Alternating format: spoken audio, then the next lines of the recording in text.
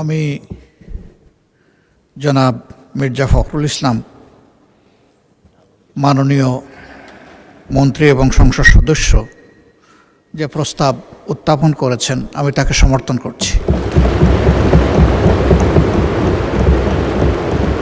এই দেশ আমাদের সবার, আমরা সকলেই স্বাধীন পররাষ্ট্রনীতির কথা বলে থাকি। আমরা সত্যিকার অর্থেই একটা স্বাধীন পররাষ্ট্রনীতি দেখতে চাই, বাস্তবায়ন করতে চাই। এই ক্ষেত্রে বিরোধী দল হিসাবে আমাদের যেটুকু করণীয়, আমরা সরকারকে আশ্বস্ত করছি যে আমরা সকল সহযোগিতাই করব। সব কিছুর উপরে আমাদের প্রিয় দেশ,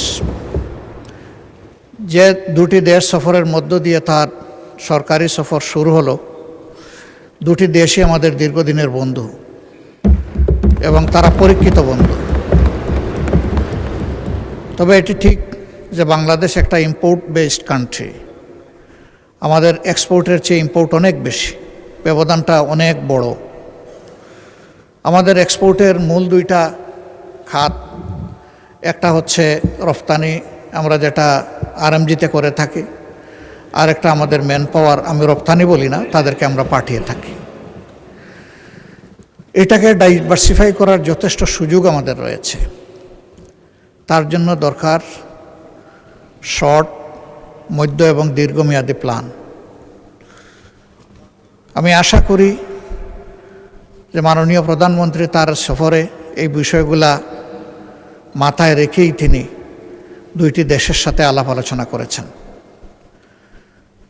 যেহেতু আমরা সংসদীয় গণতন্ত্রের রাজনীতিতে আছি, খুবই ভালো হয় স্বচ্ছতা এবং জবাবদিহিতার স্বার্থে, জনগণের স্বার্থে বিদেশের সাথে যতগুলা মৌলিক চুক্তি সম্পাদিত হবে সেগুলাই সংসদে নিয়ে আসা। এই 350 মানুষই কিন্তু 18 কোটি মানুষ বা 20 কোটি মানুষের প্রতিনিধিত্ব করছেন। তারা যখন জানবেন, তখন এর মধ্য দিয়ে সরকার এবং জনগণের সাথে সেতুবন্ধন তৈরি হবে। এটা আমরা সবাই বলি, সবাই চাই যে আমাদের রিলেশন হবে মিউচুয়াল রেসপেক্ট এবং ইকুইটির ভিত্তিতে। আমি আশা করি তিনি সেই সতর্কতা অবলম্বন করেছেন। আমি এও আশা করি যে আমাদের স্বাধীন ফরেন পলিসিতে কেউ হস্তক্ষেপ করুক, এটা আমরা কখনো মেনে নেব না। দেশের স্বার্থ আগে, তারপরে অবভিয়াসলি কারো সাথে আমাদের চুক্তি যাই হোক সেটা হবে মিউচুয়াল ইন্টারেস্টের ভিত্তিতে। আমরা কাউকে ক্ষতিগ্রস্ত করতে চাই না, কিন্তু আমরাও ক্ষতিগ্রস্ত হতে চাই না।